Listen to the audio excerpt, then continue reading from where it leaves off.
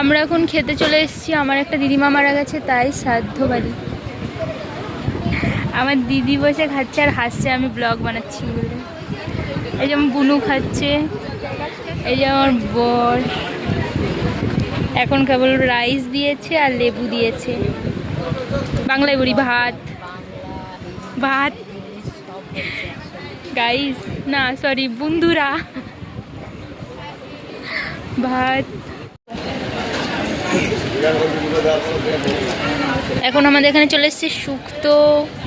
এখন পাঁপড় দিয়ে দিয়েছে, চিপস, এখন ডাল দিয়ে দিয়েছে অল্প। আমাদের এখন মাছের ঝোল চলে এসছে। এই যে বুনুর থালে, দিদির থালে, বর মশাইয়ের থালে। তো চলো খেয়ে নিই।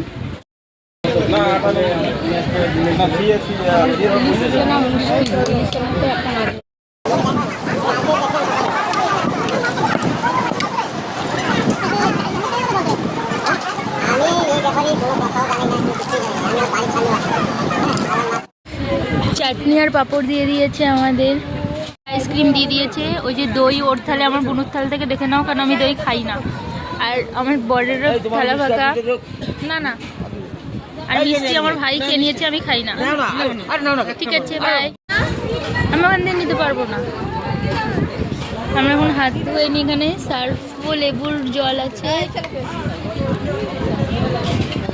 আমার হাতটা কি কালো কালো মনে হচ্ছে। হ্যাঁ, ক্যামেরাতে কি কালো কালো মনে হচ্ছে। আমাদের খাওয়া কমপ্লিট।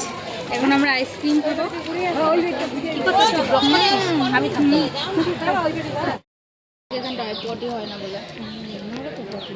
সবাই দেখো, সবাই একটু হাই করো।